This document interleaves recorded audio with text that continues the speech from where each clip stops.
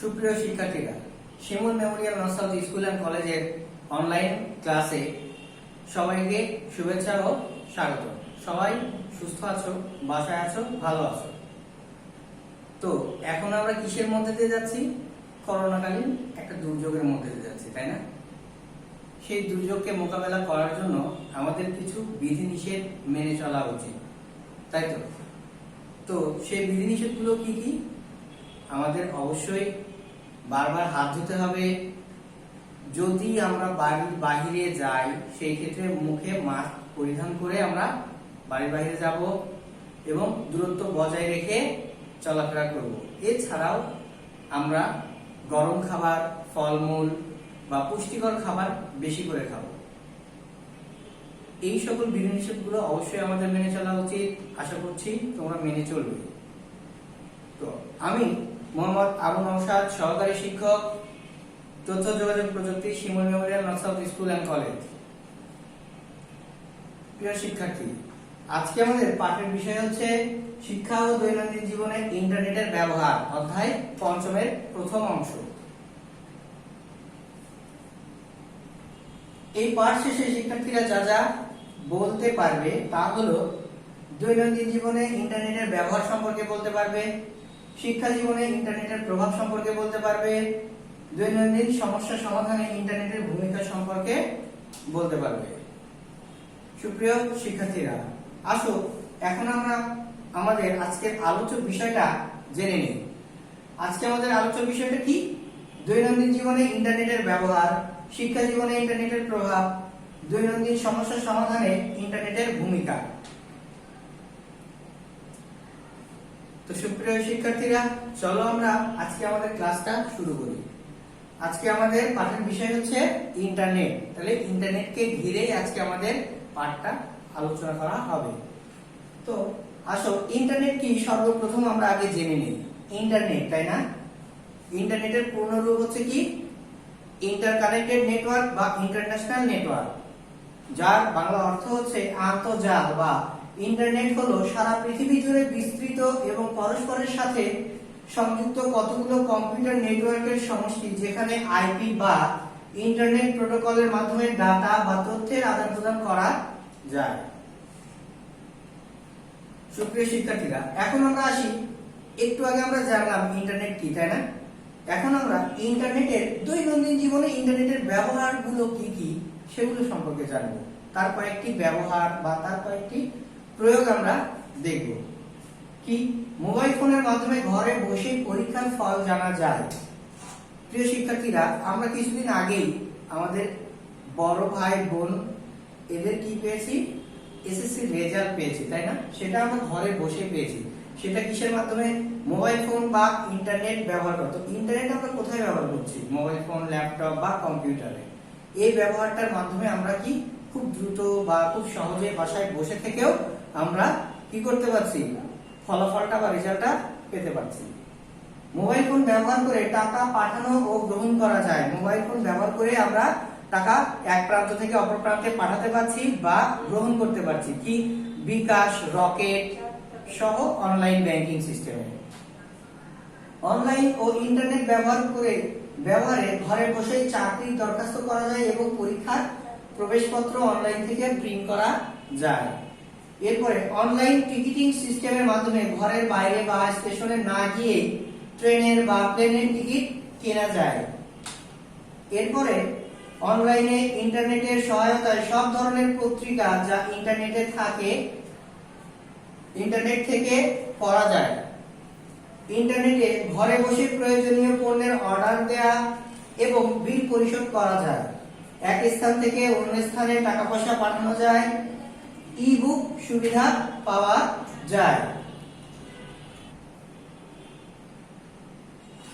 প্রিয় শিক্ষার্থীরা, আমরা কিছু ছবি দেখতে পাচ্ছি। এসব আমরা জেনে নিই এর কাজগুলো কি। এই টেলিভিশনে, অর্থাৎ এখানে স্ক্রিনে আমরা প্রথমে একটা টেলিভিশন দেখতে পাচ্ছি। এই টেলিভিশনে কি আমরা ইন্টারনেট চালাইতে পারবো বা ইন্টারনেট ব্যবহার করা যাবে? না।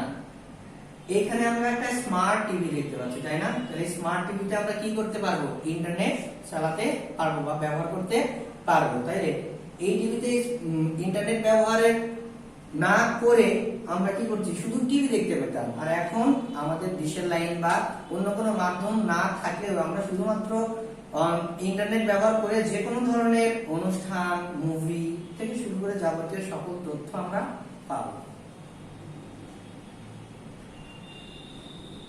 প্রিয় শিক্ষার্থীরা, আমরা আরো দুইটা ছবি দেখতে পাচ্ছি, তাই না? একটা হচ্ছে রেডিও, তো এটাও একটা রেডিও, আমরা চিন্তা করে নিলাম এইটাও আরেকটা রেডিও, তাই না? তো এইটা হচ্ছে আদি যুগের রেডিও, আর বর্তমানে হচ্ছে আমরা ইন্টারনেটের মাধ্যমে যেটা এফএম, তাই না? এফএম যে রেডিওটা শুনি বা এফএম এর মাধ্যমে যে আমরা রেডিওটা শুনি সেইটা দেখানো হচ্ছে বা বোঝানো হচ্ছে যে দেখো যে ইন্টারনেটের মাধ্যমে আমরা কি করতে পারি, রেডিওতে বিভিন্ন গান, নাটক, মুভি বা এই জিনিসগুলো শুনতে পারি। প্রিয় শিক্ষার্থীরা, আমরা আরো দুইটা ছবি দেখতে পাচ্ছি। এই ছবিতে কি দেখা যাচ্ছে, একটা লোকেশন বা একটা কি জায়গাকে খুঁজে বের করার চেষ্টা করা হচ্ছে, একটা গাড়িতে লোকেশন দেখাচ্ছে, তাই না? তাই এই লোকেশনটা আইডেন্টিফাই করার জন্য কি প্রয়োজন হয়, জিপিএস অর্থাৎ গ্লোবাল পজিশনিং সিস্টেম। তো দেখো মোবাইল ফোন ও গাড়িতে জিপিএস ব্যবহার করা হচ্ছে, যা অবস্থান নির্ণয়ের জন্য ব্যবহৃত হয়। জিপিএস এর পূর্ণরূপ হচ্ছে গ্লোবাল পজিশনিং সিস্টেম। তাইলে আমরা কি বুঝলাম এখান থেকে, যে জিপিএস দ্বারা আমরা একটা স্থান বা জায়গাকে খুঁজে বের করতে পারি বা তার অবস্থানটা সম্পর্কে জানতে পারি। এরপরে আমরা আসি, আরো দুইটা ছবি দেখা যাচ্ছে, কি বোঝা যাচ্ছে, ইমেইল, তাই না? হ্যাঁ, ইন্টারনেটের মাধ্যমে ইমেইল পাঠানো হচ্ছে, যা বর্তমানে তথ্য আদান প্রদানের সবচেয়ে বড় মাধ্যম। তাইলে ইমেইল ব্যবহার করছি আমরা কি, এক প্রান্ত থেকে অপর প্রান্তে তথ্য আদান প্রদান করার জন্য। সেটা কি দ্বারা সম্ভব, ইন্টারনেট দ্বারাই সম্ভব হচ্ছে। ইন্টারনেট ছাড়া আমরা ইমেইল করতে পারবো না।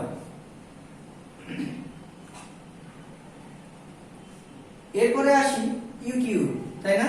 এটা সবাই আমরা চিনি, সবাই জানি। এটা কি পৃথিবীর সবথেকে বা বিশ্বের সবথেকে কি ভিডিও আপলোড এবং ডাউনলোড করার ওয়েবসাইট বা সাইট বলা হয়। তো ইন্টারনেটের মাধ্যমে ভিডিও কনফারেন্সিং ও ইউটিউব ব্যবহার করা হচ্ছে। ব্যান্ডউইথ বেড়ে যাওয়ার সাথে সাথে কথা বলছি তাকে দেখাও যাচ্ছে, অর্থাৎ আমরা ইন্টারনেট ব্যবহার করে কি করছে, সে ভিডিও কনফারেন্সিং করছে, একে অপরকে দেখতে পাচ্ছে, তাই না? তাইলে ব্যান্ডউইথ কি, আসো আমরা সেটা সম্পর্কে জেনে নিই। ব্যান্ডউইথ এক কম্পিউটার থেকে অন্য কম্পিউটারে বা এক স্থান থেকে অন্য স্থানে ডেটা স্থানান্তরের হারকে ডেটা ট্রান্সমিশন স্পিড বলে। এই ট্রান্সমিশন স্পিডকে অনেক সময় কি ব্যান্ডউইথ বলা হয়। অর্থাৎ আমরা এক কথায় বলতে পারি কি, যে কম্পিউটারের এক কম্পিউটার থেকে অন্য কম্পিউটারে ডাটা পারাপারের যে স্পিড, সেই স্পিডটাকে আমরা কি বলছি, ব্যান্ডউইথ বলছি। প্রিয় শিক্ষার্থীরা, আসো এখন আমরা শিক্ষা জীবনে ইন্টারনেটের প্রভাব সম্পর্কে জানব।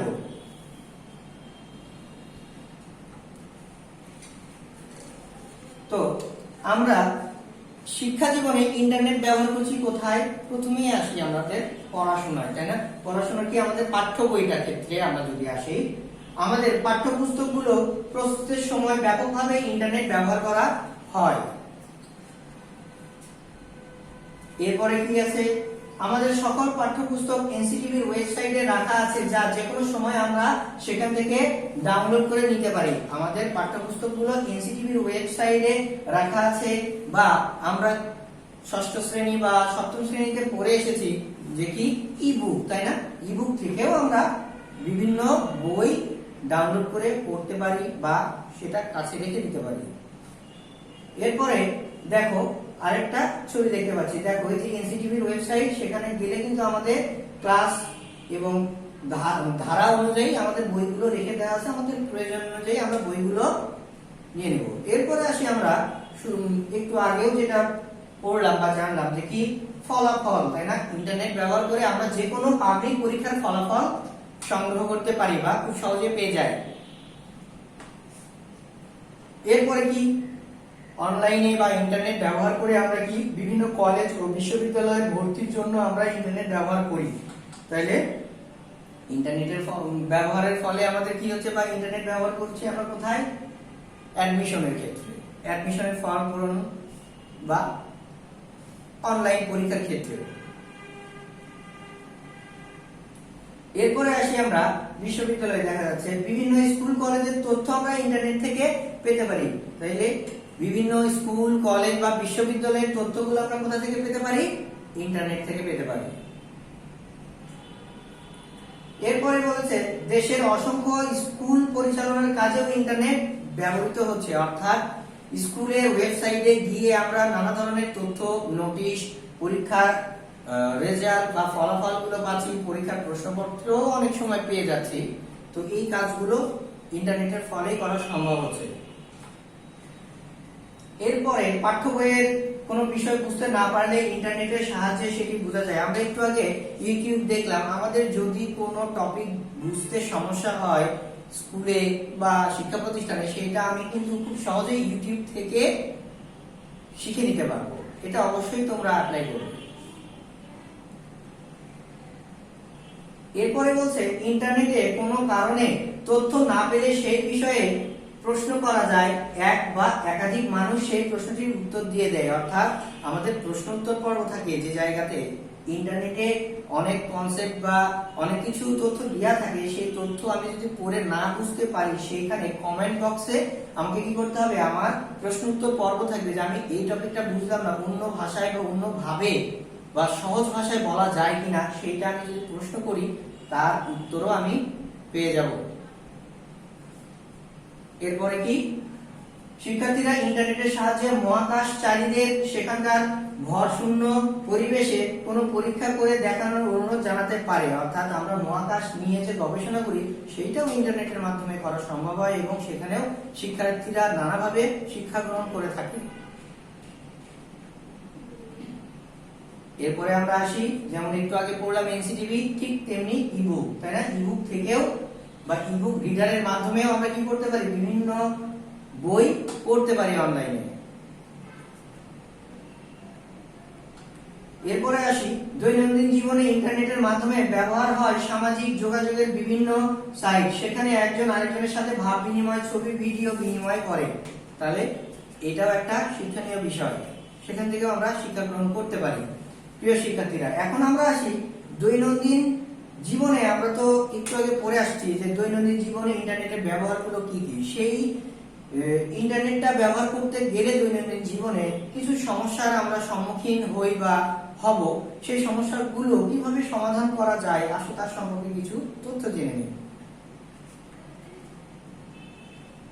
ইন্টারনেটের সাহায্যে বিভিন্ন হাসপাতালের ফোন নম্বর সংগ্রহ করে জরুরি সেবা নেওয়া যায়। অর্থাৎ তাৎক্ষণিক এমন একটা সময় আমি অসুস্থ হয়ে গেলাম বা এমন একটা পজিশনে আমি অসুস্থ হয়ে গেলাম যেখানে আমি তাৎক্ষণিক হাসপাতালে যাওয়া সম্ভব হচ্ছে না, সেই ক্ষেত্রে ওই হাসপাতালের যদি ফোন নাম্বার থাকে, আমি প্রাথমিক চিকিৎসাটা তাদের কাছ থেকে বা প্রাথমিক সেবাটা আমি তাদের কাছ থেকে কি করতে পারবো, তাৎক্ষণিক নিতে পারবো এবং সেই অনুযায়ী একটা ব্যবস্থা গ্রহণ করতে পারবো। এরপরে জরুরি ভিত্তিতে রক্তের প্রয়োজন হলে ফেসবুক সহ অন্যান্য সামাজিক মাধ্যমে তা সবাইকে জানিয়ে দেওয়া হয়। আমরা মোটামুটি এই জিনিসটা সম্পর্কে সবাই অবগত আছি যে যে কোনো ধরনের এরকম সমস্যা হইলে আমাদের কিন্তু ফেসবুকে এরকম স্ট্যাটাস বা একটা কি করা হয়, জরুরি ভিত্তিতে জানানো হয় এবং সেই জানানো বা স্ট্যাটাস বা সেই তথ্যর আঙ্গিকেই কিন্তু আমরা তাৎক্ষণিক কোনো না কোনো মাধ্যম দিয়ে, সামাজিক যোগাযোগের মাধ্যম দিয়ে আমরা কিন্তু রক্তটা সংগ্রহ করতে পারছি বা রক্তদাতাকে সংগ্রহ করতে পারছি। এরপরে আমরা আসি, প্রায় সকল সমস্যার সমাধানে ইন্টারনেট কার্যকরী ভূমিকা রাখতে পারে মোটামুটি ভাবে। এরপরে আসি, দৈনন্দিন জীবনে নানা সমস্যার সমাধানের প্রথম হাতিয়ার হচ্ছে তথ্য। ইন্টারনেটে শিক্ষা, স্বাস্থ্য, গবেষণা, পরিবহন, বাণিজ্য থেকে শুরু করে সরকার, রাজনৈতিক হালচাল, প্রায় সকল ধরনের তথ্যই রয়েছে। ইন্টারনেট থেকে তথ্য সংগ্রহ এবং সেটি ব্যবহার করে অনেক সমস্যার সমাধান করা যায়। তাহলে একটু আগে আমি বললাম যে ইন্টারনেট ব্যবহার করে আমরা সব ধরনের মোটামুটি সমস্যার সমাধান করার চেষ্টা করে থাকি বা পাওয়া যায়। তাহলে তার কিছু উদাহরণ এখানে দেওয়া হয়েছে, অবশ্যই তোমরা এই উদাহরণগুলো মনে রাখার চেষ্টা করবে। এরপরে আসি, ইন্টারনেটে তথ্য খোঁজার জন্য নিজেদের দক্ষতা বাড়িয়ে তুলতে হয়। বিশ্বের জনপ্রিয় তথ্য খোঁজার সাইট বা সার্চ ইঞ্জিনের মধ্যে অন্যতম হলো গুগল। এতে বাংলা বা ইংরেজি ভাষাতে তথ্য খুঁজে বের করা যায়। তাহলে আমরা মোটামুটি ভাবে জানি যে দক্ষ, নিজেদেরকে বিভিন্ন ভাষায় দক্ষ করে তুলতে হবে। আমি যদি ইংরেজি ভালোভাবে বলতে বা লিখতে না পারি তাহলে কি আমি কোনো কিছু খুঁজে বের করতে পারবো? পারবো না। সেক্ষেত্রে অবশ্যই আমাদেরকে এই বিষয়টাতে দক্ষ হয়ে উঠতে হবে। তাহলে আমরা গুগলের ওয়েবসাইটটা দেখে নিলাম, www.google.com, এটা গুগলের ওয়েব ঠিকানা। এরপরে প্রিয় শিক্ষার্থীরা আসি আমরা বাংলাদেশের তথ্য প্রযুক্তিবিদগণ বাংলা সার্চ ইঞ্জিন তৈরি করেন যার নাম পিপিলিকা। এর মাধ্যমে বাংলায় তথ্য খোঁজা যায়। তাহলে বাংলায় তথ্য খোঁজা যায় এরকম সার্চ ইঞ্জিনের নাম কি? পিপিলিকা, যেটা কি বাংলাদেশের তথ্য প্রযুক্তিবিদগণ তৈরি করেন। তাহলে সুপ্রিয় শিক্ষার্থীরা আমরা পিপিলিকার ওয়েব ঠিকানাটা জেনে নেই, www.pipilika.com। এরপরে আমরা আসি শিক্ষা সংক্রান্ত প্রায় সকল ধরনের সহায়ক তথ্য ইন্টারনেটে পাওয়া যায়। শিক্ষার্থীদের নানান সমস্যার সমাধানের জন্য ইন্টারনেটে অসংখ্য ওয়েবসাইট রয়েছে। প্রিয় শিক্ষার্থীরা তার কিছু উদাহরণ আমরা দেখে নিই। ওলফার্ম আলফা একটি গণিত বিষয়ক ওয়েবসাইট। এই সাইটে বিভিন্ন গণনার কাজ করার ব্যবস্থা রয়েছে। তার ওয়েবসাইটের ঠিকানাটা আমরা দেখতে পাচ্ছি, www.ulfarmalpha.com। এরপরে আমরা এই ঠিকানাটাকে অনেকেই জানি বা আগে শুনেছি, www.khanacademy.com। খান একাডেমিতে শিক্ষার্থীরা প্রায় সকল বিষয়েরই প্রয়োজনীয় তথ্য পেতে পারে। সকল বিষয়ের প্রয়োজনীয় তথ্য আমরা কোথা থেকে পেতে পারি? খান একাডেমি থেকে। দৈনন্দিন সমস্যার সমাধানে সহায়তা করার জন্য ইন্টারনেট ভিত্তিক অনেক সহায়তা কেন্দ্র গড়ে উঠেছে। এই সকল সহায়তা কেন্দ্র থেকে গ্রাহক তার বিভিন্ন সমস্যার সমাধান খুঁজে পায়। দৈনন্দিন সমস্যার সমাধানে সহায়তা করার জন্য ইমেইল ভিত্তিক সেবা কেন্দ্র বিশ্বজুড়ে পরিচালিত হয়। এই সকল সেবা কেন্দ্র থেকে ইমেইলের মাধ্যমে সেবা গ্রহণ করা যায় এবং সংশ্লিষ্ট সমস্যার সমাধান করা যায়। এরপরে আমরা আসি খুব আমাদের পরিচিত বা পপুলার গেম, আমরা যে গেমস গুলো খেলি, অনেক ইন্টারনেট গেম এমন ভাবে তৈরি করা হয় সেগুলো জিততে হলে ব্যবহারকারীকে অনেক ছোট ছোট সমস্যার সমাধান করতে হয়। এই সকল গেম খেলার মাধ্যমে শিশু কিশোরদের সমস্যার সমাধানের দক্ষতা তৈরি হয়। তাহলে আমরা গেমস খেলবো যে শুধু এন্টারটেইনমেন্টের জন্য তা কিন্তু নয়, ওই সমস্যাগুলো সমাধানের ক্ষেত্র থেকেও আমাদের একটা শিক্ষা আমরা পেয়ে থাকি বা দক্ষতা আমাদের গড়ে ওঠে।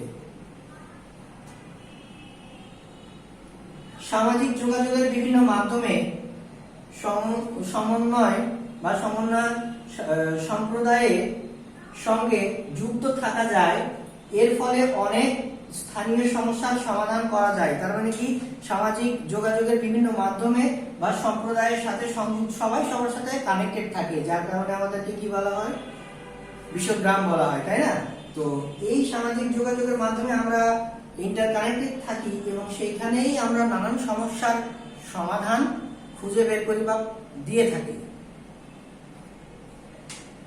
সুপ্রিয় শিক্ষার্থীরা, আমরা আমাদের ক্লাসের প্রায় শেষ প্রান্তে চলে এসেছি। আজকে আমাদের যে বিষয়বস্তুগুলো নিয়ে আলোচনা হলো, অবশ্যই তোমরা সেই বিষয়বস্তুগুলো সম্পর্কে ভালোভাবে পড়বে এবং ক্লাসটা খুব ভালোভাবে দেখবে এবং সেগুলো খাতায় ভালোভাবে উঠিয়ে নেবে। প্রিয় শিক্ষার্থীরা, আজকে আমাদের পাঠের বিষয়গুলো থেকে আসো আমরা কিছু প্রশ্ন জেনে নিই। ইন্টারনেট কি? জিপিএস এর পূর্ণরূপ কি? ব্যান্ডউইথ বলতে কি বোঝো? ইবুক বলতে কি বোঝো? আমরা আশা করছি এই চারটা প্রশ্ন বা এই সকল প্রশ্নের উত্তরই আমরা আজকের পাঠ থেকে উত্তর করতে পারবো। তো প্রিয় শিক্ষার্থীরা, এরপরে তোমরা তোমাদের ডায়েরিতে আগামী দিনের পড়াটা অবশ্যই লিপিবদ্ধ করবে। আগামী দিন এই টপিকটার উপরে টপিক হবে অধ্যায় ৫ম, পৃষ্ঠা নাম্বার পাঠ নম্বর ৬২ থেকে ৬৮ পর্যন্ত। এই জিনিসটা অবশ্যই তোমরা খাতায় বা ডায়েরিতে উঠিয়ে নেবে। সবাই ভালো থাকো, সুস্থ থাকো। সবার সুস্থতা কামনা করে আজকের ক্লাস এ পর্যন্তই। আগামী ক্লাসে আবার দেখা হবে। আল্লাহ হাফেজ।